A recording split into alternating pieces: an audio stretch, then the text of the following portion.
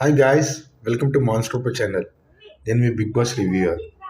నేను ఈరోజు మాట్లాడుకున్న అంశం ఏంటంటే, ఈరోజు Bigg Boss promo ticket to finale టాస్క్లో రీతుకి డిమాండ్ సపోర్ట్ చేస్తున్నాడు as usual.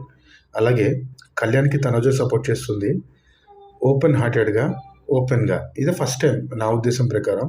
Tanuja as per the issue based కళ్యాణ్కి సపోర్ట్ చేసి ఉండొచ్చు, కాన్ఫిడెన్షియల్గా సపోర్ట్ చేసి ఉండొచ్చు, బట్ ఓపెన్గా సపోర్ట్ చేయడం నేను ఇదే ఫస్ట్ టైం చూస్తున్నాను. అండ్ ఈ విషయంలో తనుజాని కూడా నేను సపోర్ట్ చేయట్లేదు. ఎందుకంటే కళ్యాణ్ అనేవాడు టాప్ 2లో ఉంటాడు అనే అవగాహనకి తనుజ వచ్చిన తర్వాత ఈ విధంగా స్ట్రాటజీ మార్చింది. అండ్ తనుజకి రీతు ఎవరు శత్రువు కాదు. తనుజకి రీతు మంచి క్లోజ్ రిలేషన్ ఉంది. అయినప్పటికీ Tanuja is a gamer than to A bonding or something. తన బాండింగ్స్ని గేమ్స్ కోసం యూజ్ చేసుకుంటుంది తప్ప గేమ్స్ని బాండింగ్స్ కోసం త్యాగం చేయదు. అలాంటి పర్సనాలిటీ తనుజది. అండ్ రీతు సిచ్యువేషన్ చూస్తే టికెట్ టు ఫినాలేలో నాకు అమర్దీప్ మాత్రమే గుర్తొచ్చాడు. ఓయ్ నన్ను టార్గెట్ చేయద్దురా అని అందరినీ అడుక్కున్నాడు.